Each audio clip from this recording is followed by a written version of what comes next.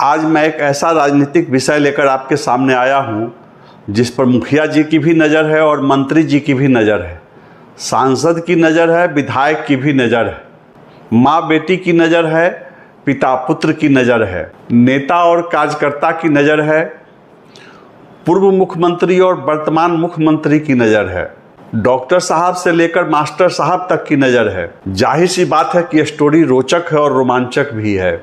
इस स्टोरी में पॉलिटिक्स है, पावर है और पैसा है। मैं तिरहुत स्नातक निर्वाचन क्षेत्र में उपचुनाव की सरगर्मी बढ़ने पर स्टोरी लेकर आया हूं। नमस्कार, मैं हूं विवेश त्रिवेदी और आप देखना शुरू कर चुके हैं जनता चौक लाइव। आगे बढ़ने से पहले कृपया इस वीडियो को लाइक कीजिए, इसे अधिक से अधिक शेयर कीजिए ताकि मेरी स्टोरी उन दर्शकों तक पहुंच पाए जो अब तक मेरी खबरें नहीं देख पा रहे हैं। अगर आप अब तक मेरे चैनल जनता चौक लाइव को सब्सक्राइब नहीं कर सके हैं तो कृपया स्क्रीन पर बटन दबाकर इसे सब्सक्राइब कीजिए। उम्मीद है कि केंद्र सरकार के मंत्रियों के शपथ ग्रहण के बाद आपको इस आकलन से फुर्सत मिल चुकी होगी कि बिहार के किन मंत्रियों को वास्तव में कुछ करने का मौका मिला है और किन्हें सिर्फ झुनझुना मिल गया है। आपको पता है कि तिरहुत स्नातक निर्वाचन क्षेत्र से नवंबर 2020 में विधान पार्षद निर्वाचित हो चुके देवेश चंद्र ठाकुर सीतामढ़ी लोकसभा क्षेत्र से सांसद निर्वाचित हो गए हैं। अगले एक सप्ताह में देवेश चंद्र ठाकुर बिहार विधान परिषद की सदस्यता से इस्तीफा देने वाले हैं और उसके बाद बिहार विधान परिषद की खाली सीट के लिए चुनाव की प्रक्रिया शुरू हो जाएगी। मज़े की बात है कि इस उपचुनाव में जो नए विधान पार्षद निर्वाचित होंगे उन्हें अधिकतम 1.5 वर्ष तक की सदस्यता मिलेगी बिहार विधान परिषद में। आपको पता है कि बिहार विधान परिषद में 6 साल के लिए सदस्य निर्वाचित होते हैं। करीब 4 साल का कार्यकाल पूरा हो चुका है और चुनावी प्रक्रिया में 6 महीने लग जाएंगे तो उपचुनाव में निर्वाचित होने वाले विधान पार्षद का कार्यकाल अधिकतम 1.5 साल के लिए होगा। लेकिन इसके बावजूद दिग्गजों की इस पर पैनी नज़र है, महारथियों की पैनी नज़र है।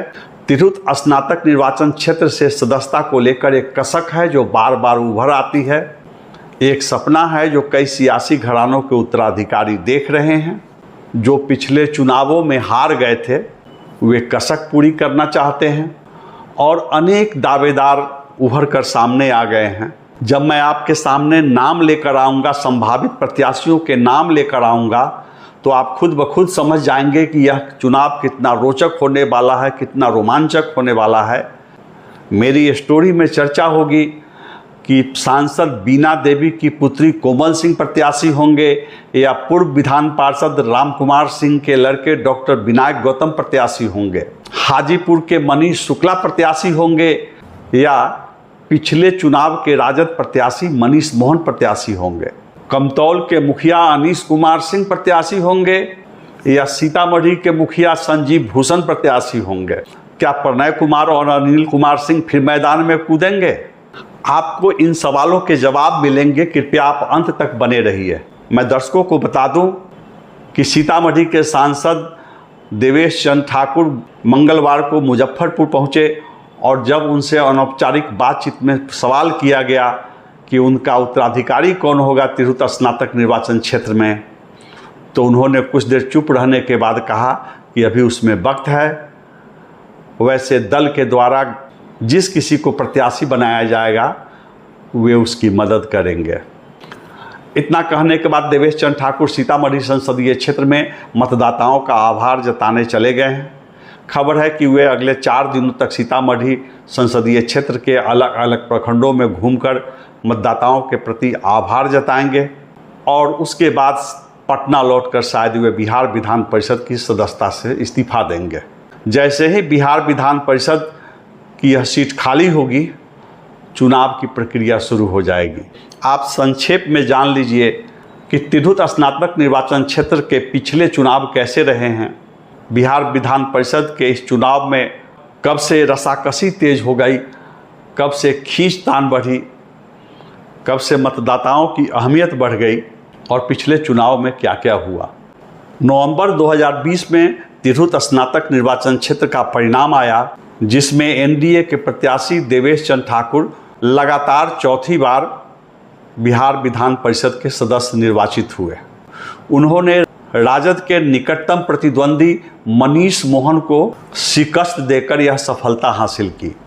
इस चुनाव में स्नातक मतदाता होते हैं। हालांकि स्नातक की डिग्री वाले शिक्षित लोगों की आबादी बहुत अधिक है, लेकिन बिहार विधान परिषद के स्नातक निर्वाचन क्षेत्र के चुनाव की मतदाता सूची में सदस्यता की एक प्रक्रिया होती है, एक फॉर्म होता है जिस पर मतदाता का पूरा डिटेल होता है, कब इन्होंने कहाँ से डिग्री ली, उनका नाम पता क्या है। जो व्यक्ति निर्धारित प्रक्रिया के तहत मतदाता सूची में अपना नाम दर्ज करा लेते हैं, उन्हें ही मतदान का अधिकार होता है। 2020 के विधान परिषद चुनाव में तिरहुत स्नातक निर्वाचन क्षेत्र में कुल 94,775 मतदाता थे, जिनमें से 43.91% मतदाताओं ने मतदान किया।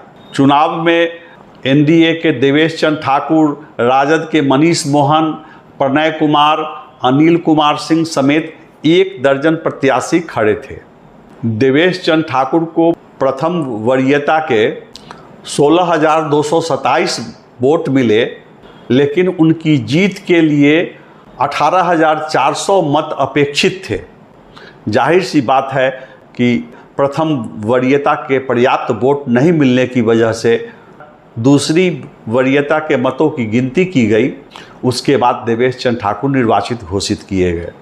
राजद प्रत्याशी मनीष मोहन को 10,826 वोट मिले। तिरहुत स्नातक निर्वाचन क्षेत्र का चुनाव हर बार रोमांचक रहा है और पूरे राज्य की नज़र इस पर होती है। यहाँ से लगातार 3 बार पूर्व मंत्री रघुनाथ पांडे के दामाद राम कुमार सिंह निर्वाचित होते रहे।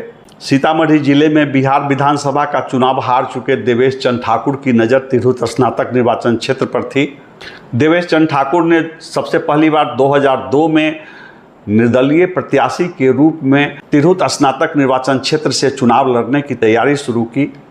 इससे पहले तिरहुत स्नातक निर्वाचन क्षेत्र में अधिकतम 8-10 हज़ार वोटर हुआ करते थे। शहरी क्षेत्र के आसपास के ग्रेजुएट लोगों को वोटर बनाया जाता था। प्रखंड क्षेत्र में गिने चुने लोग इसके वोटर होते थे। आपको जानकर आश्चर्य होगा कि शिवहर जिले से मात्र 200 वोटर हुआ करते थे। मुजफ्फरपुर जिले से 4,000 के करीब वोटर हुआ करते थे और इसमें 4 जिलों के मतदाता होते हैं। 4 जिले के ग्रेजुएट मतदाताओं को साधना, वहाँ के सामाजिक राजनीतिक समीकरणों को साधना थोड़ा दुष्कर काम होता है। राजनीतिक समीक्षक डॉक्टर राजीव रंजन दास बताते हैं कि देवेश चंद्र ठाकुर की 2002 में 2 रणनीति थी। उन्होंने सीतामढ़ी जिले में हर प्रखंड में, हर पंचायत में सघन रूप से ग्रेजुएशन की डिग्री वाले लोगों को मतदाता बनाने का अभियान शुरू किया। मुखिया के माध्यम से, पूर्व मुखिया के माध्यम से गांव-गांव में मतदाता बनाए गए। देवेश चंद्र ठाकुर की रणनीति थी कि सीतामढ़ी जिले से इतना अधिक वोटर बना लिया जाए कि उन्हें मुजफ्फरपुर के मतदाताओं के भरोसे नहीं रहना पड़े। ऐसा नहीं है कि देवेश चंद्र ठाकुर ने मुजफ्फरपुर जिले में, वैशाली जिले में या शिवहर जिले में मतदाता नहीं बनाए। इन जिलों में भी मतदाता बनाए गए, लेकिन उन्होंने सर्वाधिक मतदाता सीतामढ़ी जिले में बनाए और सीतामढ़ी जिले में उनके समर्थक यह प्रचारित करने में सफल रहे कि हमको इस बार मुजफ्फरपुर का जो एकाधिकार है तिरहुत स्नातक निर्वाचन क्षेत्र के चुनाव में, उसको तोड़ना है। इस बार सीतामढ़ी के प्रत्याशी की जीत सुनिश्चित करनी है और सीतामढ़ी के गांव-गांव में एक मुहिम शुरू हो गई कि इस बार तिरहुत स्नातक निर्वाचन क्षेत्र से सीतामढ़ी के देवेश चंद्र ठाकुर को निर्वाचित कर हमें सदन में भेजना है। दूसरी बात और थी, लगातार 3 बार राम कुमार सिंह चुनाव जीतते आ रहे थे। कहने का अभिप्राय यह है कि यहाँ भूमिहारों का एकाधिकार था, तो देवेश चंद्र ठाकुर ने भूमिहार मतदाता तो बनाए ही, लेकिन सीतामढ़ी जिले के गांव-गांव में ऐसे भूमिहारों को मतदाता बनाया गया जो देवेश चंद्र ठाकुर के प्रति लॉयल थे, जो उनके विश्वास पात्र थे। इसके अलावा देवेश चंद्र ठाकुर की ओर से गांव-गांव में हर जाति के ग्रेजुएशन की डिग्री वाले लोगों को मतदाता बनाया गया। और जब पहली मतदाता सूची जारी की गई तो मतदाताओं की संख्या 10,000 से ऊपर उठकर 50,000 पहुंच चुकी थी। देवेश चंद्र ठाकुर पर यह भी आरोप लगाया गया कि फर्जी लोगों को मतदाता बनाया गया है, लेकिन ऐसा आरोप लगाने वाले यह भूल गए कि अकेले बाबा साहब भीमराव अंबेडकर बिहार विश्वविद्यालय से हर साल 1 लाख छात्र ग्रेजुएशन की डिग्री हासिल करते हैं। ऐसा नहीं है कि ग्रेजुएशन की डिग्रीधारी लोगों की संख्या नहीं है, संख्या तो काफ़ी अधिक है, लेकिन बहुत कम 10,000 वोटर बनाकर यहाँ से जीत हासिल की जाती थी। 2002 में तिरहुत स्नातक निर्वाचन क्षेत्र में राम कुमार सिंह कांग्रेस प्रत्याशी थे। लड़ाई को मुजफ्फरपुर से सीतामढ़ी ले जाकर अपने मैदान में लड़ने के लिए देवेश चंद्र ठाकुर ने मतदाताओं की संख्या बढ़ा दी और उन्होंने सीतामढ़ी के अलावा शिवहर, मुजफ्फरपुर और वैशाली जिलों के गांव-गांव में भी मतदाता बनाए। मुकाबला जोरदार हुआ। प्रथम वरीयता के मतों से परिणाम नहीं आ सका। कांटे की टक्कर में राम कुमार सिंह हार गए और देवेश चंद्र ठाकुर तिरहुत स्नातक निर्वाचन क्षेत्र से बिहार विधान परिषद के सदस्य निर्वाचित हुए। जैसा कि मैंने आपको बताया कि 6 साल का कार्यकाल होता है। 2008 में फिर चुनाव होने वाला था। देवेश चंद्र ठाकुर ने कह रखा था कि मैं अब चुनाव नहीं लड़ूंगा तिरहुत स्नातक निर्वाचन क्षेत्र से। उन्होंने अपने समर्थकों को फ्री कर दिया था कि अगर आप लोग चाहें तो आप लोग चुनाव की तैयारी कर सकते हैं, आप चुनाव लड़ सकते हैं, मुझे तिरहुत स्नातक निर्वाचन क्षेत्र से चुनाव नहीं लड़ना है। उनके कई करीबी लोग चुनाव की तैयारी में जुट गए। उनमें एक डॉक्टर राजीव रंजन दास भी थे। डॉक्टर राजीव रंजन दास ने भी गांव-गांव में मतदाता बनाए और वे भी चुनाव की तैयारी में आ गए। उन्हीं दिनों एक रोचक घटना घटी। मेरा दावा है कि मैं आपको बताऊंगा, शायद कहीं किसी अखबार, किसी पत्रिका में यह देखने को नहीं मिलेगा। सीतामढ़ी कोर्ट के एक मशहूर पीपी हुआ करते थे अरुण सिंह। उनके लड़के की शादी भागलपुर में हो रही थी। बारात में देवेश चंद्र ठाकुर भी गए थे। वहीं पर अगले दिन मुख्यमंत्री नीतीश कुमार का आगमन हुआ। लोक अभियोजक अरुण सिंह की मुख्यमंत्री नीतीश कुमार से निकटता थी, घनिष्ठ रिश्ते थे। उनके बेटे की शादी में नीतीश कुमार भागलपुर पहुंचे और वहीं बातों बातों में देवेश चंद्र ठाकुर ने कहा कि मैं इस बार विधान परिषद का चुनाव नहीं लड़ूंगा। मुख्यमंत्री नीतीश कुमार ने पूछा कि क्या आप राजनीति से संन्यास लेना चाहते हैं? तो उन्होंने कहा कि नहीं, मैं अब लोकसभा का चुनाव लड़ना चाहता हूं। आप सोचिए कि देवेश चंद्र ठाकुर कब से लोकसभा चुनाव लड़ने का सपना देख रहे थे। नीतीश कुमार ने गंभीर होकर कहा कि इसके लिए कतार बहुत लंबी है।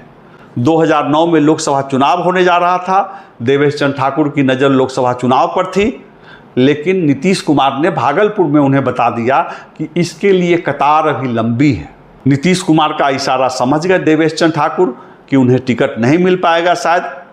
वे मुजफ्फरपुर लौटे और न सिर्फ महंत राजीव रंजन दास बल्कि अपने सभी समर्थकों को कहलवाया कि वे फिर तिरहुत स्नातक निर्वाचन क्षेत्र से चुनाव लड़ने जा रहे हैं। बहुत बड़ा घमासान हुआ था। एमएलसी दिनेश प्रसाद सिंह की पत्नी बीना देवी, जो अभी वैशाली से सांसद निर्वाचित हुई हैं, वे भी तिरहुत स्नातक निर्वाचन क्षेत्र से 2008 में चुनाव लड़ने की तैयारी कर चुकी थी। उनके द्वारा भी मतदाता बनाए जा रहे थे। पूर्व विधान पार्षद राम कुमार सिंह फिर से चुनाव की तैयारी में थे। उनके द्वारा मतदाता बनाए जा रहे थे। उनके लिए उनके पुत्र डॉक्टर विनायक गौतम चारों जिलों में मतदाता बना रहे थे। और देवेश चंद्र ठाकुर ने भी अंतिम समय में घोषणा कर दी और देवेश चंद्र ठाकुर ने फिर से मतदाता बनाने का काम शुरू कर दिया। मैं दर्शकों को बता दूं कि 2008 में वही सूची रही जो 2002 में मतदाता सूची थी। उसमें नए मतदाताओं के नाम जोड़े गए और जिन मतदाताओं का निधन हो चुका था उनके नाम की छटनी की गई और नए मतदाता जो बनाए गए उनके नाम उस मतदाता सूची में जोड़ दिए गए। त्रिकोणात्मक मुकाबला हुआ। मुजफ्फरपुर जिले के वोट राम कुमार सिंह और बीना देवी में बट गए। 2008 में जब भूमिहार मतदाताओं को आशंका हुई कि राम कुमार सिंह चुनाव हार सकते हैं, देवेश चंद्र ठाकुर के समर्थक यह अफवाह फैलाने में कुछ हद तक सफल रहे कि राम कुमार सिंह पिछड़ रहे हैं और इसका असर राम कुमार सिंह के समर्थकों पर पड़ा और राम कुमार सिंह के समर्थक मतदाता, स्वजातीय मतदाता बड़ी संख्या में देवेश चंद्र ठाकुर की ओर मुखातिब हो गए और देवेश चंद्र ठाकुर को इसका लाभ मिला और देवेश चंद्र ठाकुर ने लगातार दूसरी जीत हासिल कर ली। 2014 में देवेश चंद्र ठाकुर एक बार फिर मैदान में उतरे। इस बार पुरानी मतदाता सूची विलोपित कर दी गई, नए सिरे से फिर से मतदाता सूची बनाई गई।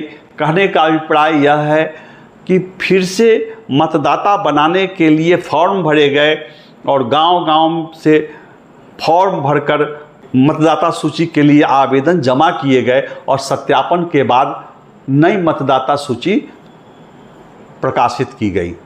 इस बार राम कुमार सिंह भाजपा प्रत्याशी के रूप में मैदान में उतरे, देवेश चंद्र ठाकुर निर्दलीय प्रत्याशी के रूप में मैदान में उतरे और जब मुजफ्फरपुर के रियल एस्टेट कारोबारी भूषण झा चुनाव मैदान में कूदे तो चुनावी सरगर्मी तेज हो गई। हालांकि देवेश चंद्र ठाकुर को 2014 में भी जीत हासिल करने में कोई खास परेशानी नहीं उठानी पड़ी और वे बड़ी सहजता से लगातार तीसरी बार तिरहुत स्नातक निर्वाचन क्षेत्र से विधान पार्षद निर्वाचित हो गए। 2020 में कोरोना की वजह से चुनाव का आयोजन थोड़ा विलंब से हुआ। इस बार राम कुमार सिंह मैदान में नहीं थे। राम कुमार सिंह चाहते थे कि उनके पुत्र डॉक्टर विनायक गौतम चुनाव लड़ें, लेकिन अपनी व्यस्तता की वजह से विनायक गौतम ने चुनाव लड़ने से इनकार कर दिया। देवेश चंद्र ठाकुर का मुकाबला प्रणय कुमार से हुआ, अनिल कुमार सिंह से हुआ। राजद प्रत्याशी मनीष मोहन सहित कुल 1 दर्जन प्रत्याशी मैदान में थे। 2020 आते आते देवेश चंद्र ठाकुर का नेटवर्क गांव-गांव में बन चुका था और लोगों को उम्मीद थी कि देवेश चंद्र ठाकुर बड़ी आसानी से पहली वरीयता के मतों से ही जीत जाएंगे, लेकिन ऐसा नहीं हुआ। वे पहली वरीयता के मतों की बदौलत जीत नहीं सके और मनीष मोहन ने 10,000 से अधिक वोट प्राप्त कर सब लोगों को चौंका दिया। प्रणय कुमार खिसक कर नीचे आ गए। देवेश चंद्र ठाकुर चौथी बार जेडीयू प्रत्याशी के रूप में बिहार विधान परिषद के सदस्य निर्वाचित हुए। जैसे ही देवेश चंद्र ठाकुर सीतामढ़ी से सांसद निर्वाचित हुए हैं, तिरहुत स्नातक निर्वाचन क्षेत्र से आगामी उपचुनाव में संभावित उम्मीदवारों की सूची लंबी होती चली जा रही है। मुजफ्फरपुर के लड़ाकों की नज़र है, सीतामढ़ी के लड़ाकों की नज़र है, हाजीपुर के लड़ाकों की नज़र है। जब मैंने इस संबंध में पूर्व विधान पार्षद राम कुमार सिंह से बात की तो उन्होंने कहा कि मेरी इच्छा थी कि मेरे पुत्र 2020 के बिहार विधान परिषद चुनाव में तिरहुत स्नातक निर्वाचन क्षेत्र से लड़ें, लेकिन व्यस्तता की वजह से उन्होंने मना कर दिया था। राम कुमार सिंह ने बताया कि इस बार डॉक्टर विनायक गौतम खुद से चुनाव लड़ने के मूड में हैं, चुनाव लड़ने की तैयारी में हैं। खुद डॉक्टर विनायक गौतम ने बताया कि वे स्थिति पर नज़र रख रहे हैं। जब देवेश चंद्र ठाकुर इस्तीफा दे देंगे, चुनाव के लिए मतदाता बनाने की प्रक्रिया शुरू होगी। उनका नेटवर्क गांव-गांव में है, चारों जिले में है और वे मतदाता बनाने में किसी से पीछे नहीं हटेंगे। अभी यह स्पष्ट नहीं हो सका है कि चूंकि यह उपचुनाव होना है तो 2020 में जो मतदाता बनाए गए थे उसी मतदाता सूची में नए वोटरों के नाम जोड़ते हुए मतदान कराया जाएगा या उस मतदाता सूची को निरस्त कर फिर से नई मतदाता सूची बनाई जाएगी। चूँकि यह मात्र 1.5 साल का कार्यकाल होगा, इसलिए ज़्यादा उम्मीद की जा रही है कि जो पिछली मतदाता सूची थी उसी में नए नाम जोड़कर और कुछ नाम जो अब जीवित नहीं है ऐसे मतदाताओं के नाम छांटकर मतदाता सूची प्रकाशित की जा सकती है, लेकिन यह अभी स्पष्ट नहीं। इसमें एक और नाम है लोजपा सांसद बीना देवी की पुत्री कोमल सिंह का। हालांकि कोमल सिंह ने या बीना देवी ने तिरहुत स्नातक निर्वाचन क्षेत्र से चुनाव लड़ने की अभी घोषणा नहीं की है, लेकिन उनके समर्थकों का भारी दबाव है। एक बार बीना देवी खुद तिरहुत स्नातक निर्वाचन क्षेत्र से चुनाव हार चुकी है, उनके मन में कसक तो होगा ही। जहां से वे चुनाव हार गई थी उनकी बेटी वहां से चुनाव लड़े और जीत का सेहरा कोमल सिंह के माथे पर सजे। लेकिन जैसा कि मैंने आपको बताया कि अब तक दिनेश सिंह ने या उनकी पत्नी सांसद बीना देवी ने या पुत्री कोमल सिंह ने इस संबंध में अधिकृत रूप से कुछ कहा नहीं। बीना देवी के समर्थकों का कहना है, दिनेश सिंह के समर्थकों का कहना है कि उनका गांव-गांव में नेटवर्क है, उनकी पकड़ है। समर्थकों का यह भी दावा है कि संसाधन के मामले में, पहचान के मामले में, नेटवर्क के मामले में कोमल सिंह किसी से पीछे नहीं रहेंगी। स्थानीय निकाय क्षेत्र से जब पिछली बार दिनेश प्रसाद सिंह बिहार विधान परिषद का चुनाव लड़ रहे थे मुजफ्फरपुर जिले में, तो उनके चुनाव अभियान की बागडोर कोमल सिंह के हाथ में थी। कोमल सिंह 2020 के बिहार विधानसभा चुनाव में गायघाट से लोजपा प्रत्याशी थी। भले ही कोमल सिंह चुनाव हार गई, लेकिन एक प्रखर वक्ता के रूप में कोमल सिंह ने गांव-गांव में अपनी पहचान बनाई। हाल में जो वैशाली लोकसभा क्षेत्र का चुनाव संपन्न हुआ है, उसमें बीना देवी के चुनाव अभियान में कोमल सिंह सेनापति की भूमिका में थी। वे अच्छी वक्ता हैं, निर्भीक हैं, राजनीतिक सूझबूझ है, वे सीधे मतदाताओं से कनेक्ट करती हैं। हालांकि दूसरे लोगों का यह भी कहना है कि मुजफ्फरपुर जिले के पंचायती राज जनप्रतिनिधियों के बीच चुनाव लड़ लेना, 4-5 हज़ार वोटरों के बीच चुनाव लड़ लेना अलग बात है, लेकिन 4 जिलों में चुनाव अभियान चलाना दिनेश सिंह के लिए और कोमल सिंह के लिए भी आसान नहीं होगा। इसमें यह भी देखा जाएगा कि भाजपा के कितने विधायक हैं तिरहुत स्नातक निर्वाचन क्षेत्र में, एनडीए के कितने विधायक हैं, आरजेडी के कितने विधायक हैं, कांग्रेस के कितने विधायक हैं, स्थानीय विधायक, जिला पार्षद, मुखिया, ये सब तिरहुत स्नातक निर्वाचन क्षेत्र के चुनावी समीकरण को प्रभावित करेंगे।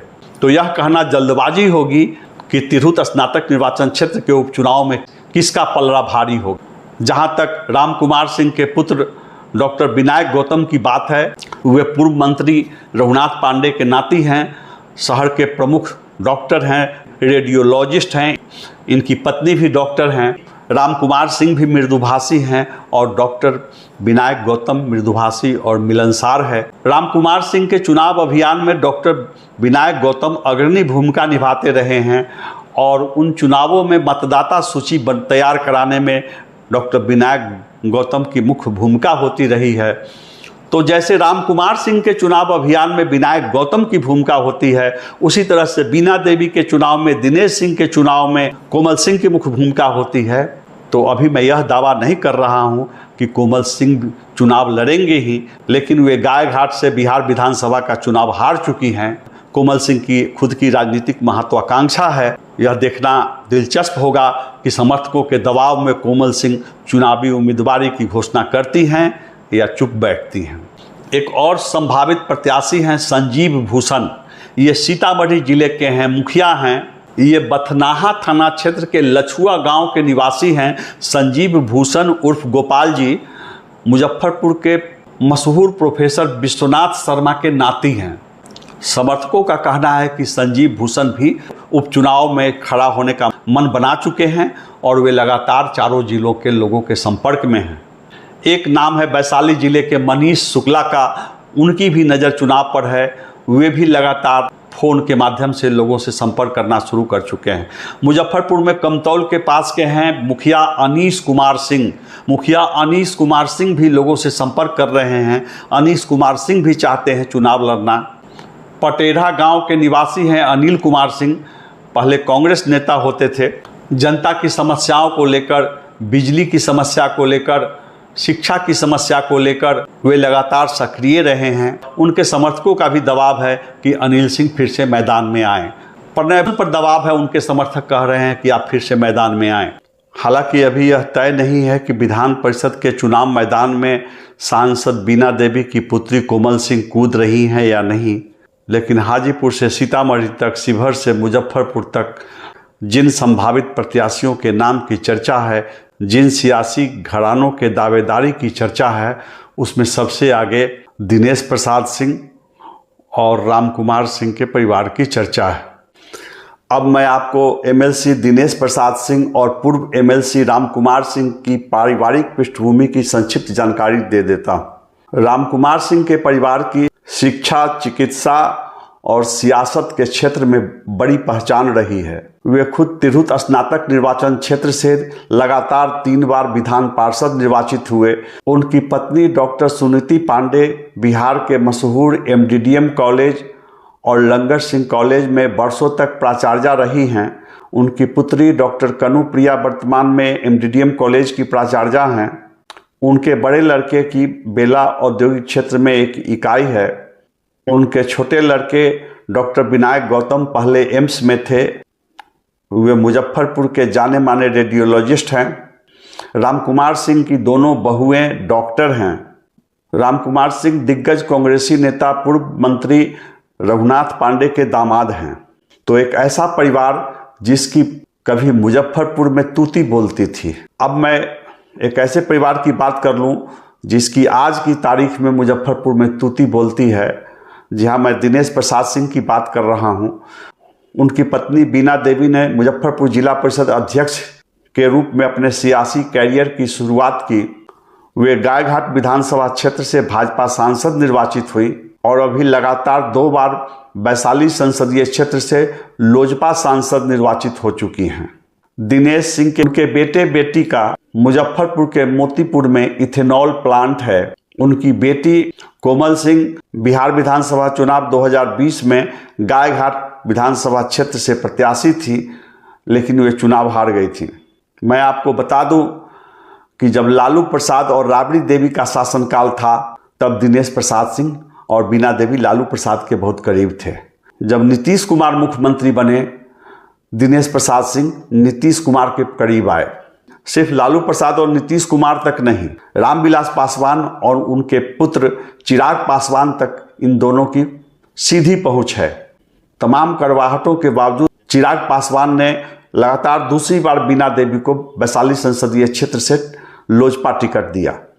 और अगर मैं यह कहूं कि दिनेश प्रसाद सिंह बीना देवी की पहुंच सीधे प्रधानमंत्री तक है, टिकट मिलने में इन्हें प्रधानमंत्री का भी आशीर्वाद प्राप्त था, तो कोई अतिशयोक्ति नहीं होगी।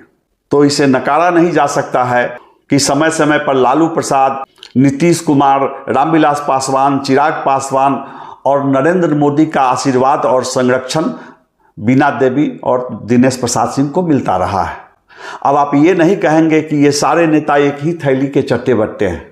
दरअसल किसी भी पार्टी के सुप्रीमो जो होते हैं, उनके आंखों में एक ऐसी शक्ति होती है, वह पहचान लेते हैं कि जो हमारे सामने बंदा आ रहा है वह चुनाव जीत सकता है कि नहीं, वह टिकट देने पर सीट निकाल सकता है कि नहीं। और इस काबिलियत को जितनी अहमियत चिराग पासवान देते हैं, उतनी ही अहमियत लालू प्रसाद भी देते हैं। जितनी अहमियत नीतीश कुमार देते हैं, उतनी ही अहमियत नरेंद्र मोदी भी देते हैं। इसका मतलब यह नहीं है कि नरेंद्र मोदी, लालू प्रसाद, चिराग पासवान और नीतीश कुमार एक ही थैली के चट्टे बट्टे हैं। दरअसल ये चारों छत्रप पहचान लेते हैं कि हमसे जो टिकट मांगने आया है, ये चुनाव जीत सकता है कि नहीं, इसके पास चुनाव जीतने लायक संसाधन और काबिलियत है कि नहीं, दूर से ही पहचान लेते हैं। जब देवेश चंद्र ठाकुर इस्तीफा दे देंगे बिहार विधान परिषद की सदस्यता से, जब वह सीट खाली हो जाएगी, तो मुझे उम्मीद है कि और कई दावेदार सामने आएंगे और कई लड़ाके सामने आएंगे। दरअसल बीच में उपचुनाव हो या निर्धारित समय पर होने वाला चुनाव, संसाधन उतना ही लगता है, मेहनत उतनी ही करनी पड़ती है, जोड़ आजमाइश उतनी ही करनी पड़ती है। तो कुछ दिग्गज यह सोच में हैं कि क्या 1.5 साल के लिए इतनी मेहनत, इतना अधिक संसाधन खर्च करना ठीक रहेगा।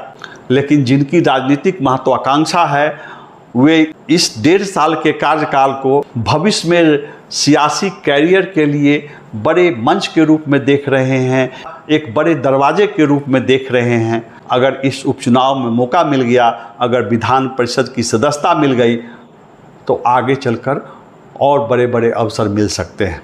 तो भले ही कार्यकाल छोटा हो, रसाकसी कम नहीं होगी, जोड़ आजमाइश कम नहीं होगी।